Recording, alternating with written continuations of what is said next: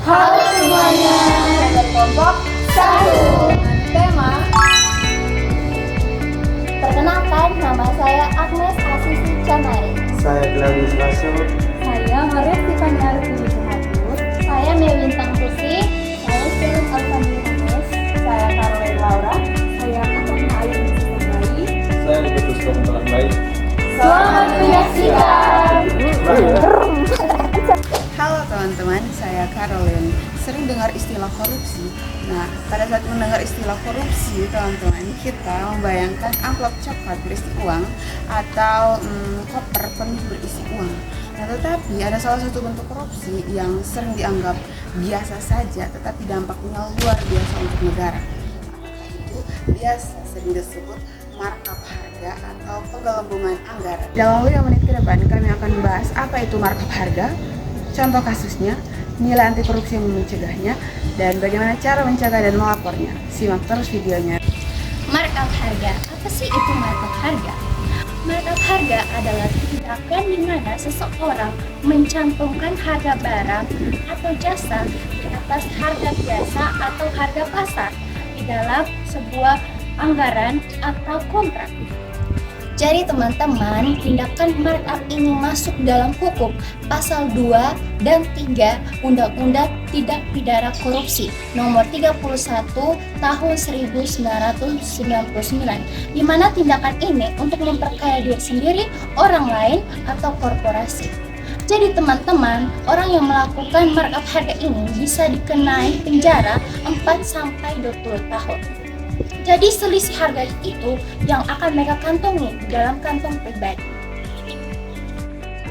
Baik, selanjutnya saya akan menjelaskan tentang contoh kasus.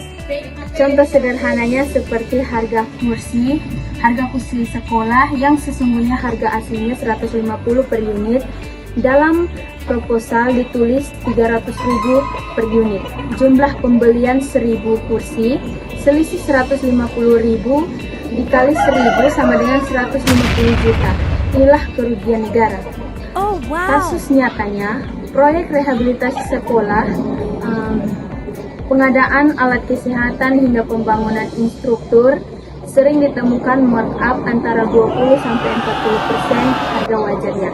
Sekian. Korupsi tidak selalu berupa pencurian besar seperti korupsi. Dalam kehidupan sehari-hari, tindakan kecil seperti markup atau menaikkan harga anggaran juga termasuk bentuk korupsi. Tindakan ini mungkin terlihat sederhana karena tapi dampaknya dapat merugikan banyak orang. Praktik markup melanggar nilai-nilai anti korupsi. Yang pertama yaitu kejujuran, dapat menghancurkan kepercayaan banyak orang. Selanjutnya, markup juga melanggar nilai keadilan. Tindakan ini merugikan organisasi masyarakat, bahkan negara karena dana yang seharusnya digunakan bersama justru dipakai demi kepentingan pribadi. Nilai yang berikutnya adalah tanggung jawab. Dalam praktiknya, markup ini teman-teman menunjukkan sikap tidak tanggung jawab dan mengabaikan kepercayaan publik. Selanjutnya yaitu kejujuran dan disiplin. Kejujuran dan disiplin adalah dasar membangun organisasi yang sehat. Pemberantasan korupsi dapat dimulai dari hal-hal kecil. Korupsi tidak dimulai dari hal-hal besar, tetapi dari kebiasaan kecil yang dibiarkan. Jujur, adil, bertanggung jawab, dan disiplin adalah langkah awal menuju masa depan yang bersih dan anti korupsi. Anti korupsi yang harus diterapkan.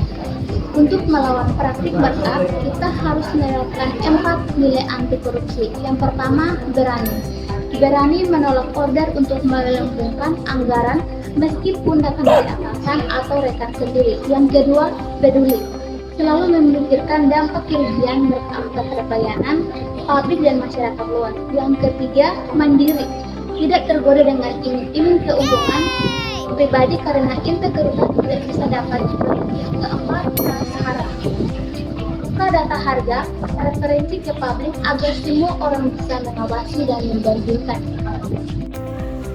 Berikut teman-teman adalah cara mencegah praktik markup di lingkungan kerja. Yang pertama, gunakan harga pasar yang wajar yang sudah diverifikasi. Yang kedua, terapkan sistem e-katalog untuk barang harga standar.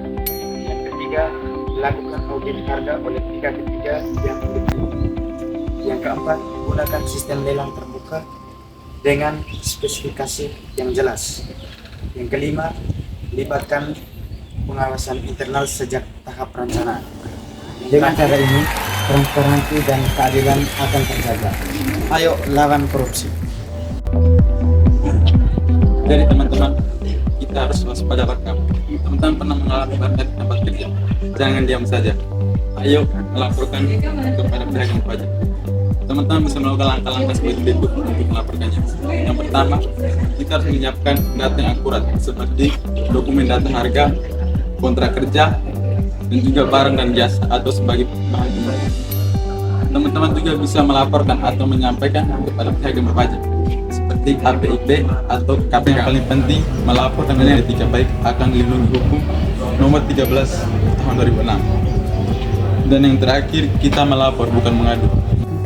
Oke teman-teman, jadi di sini saya akan menjelaskan kesimpulan dari pembahasan yang telah kita dengar, di mana markup harga adalah salah satu tindakan korupsi yang merugikan negara dan demi keuntungan pribadi. Jadi praktik ini dapat dicegah dengan adanya nilai anti korupsi, pengawasan yang baik serta keberanian dari dalam diri untuk melaporkan jika tindakan tersebut ada di sekitar kita. Terima kasih teman-teman.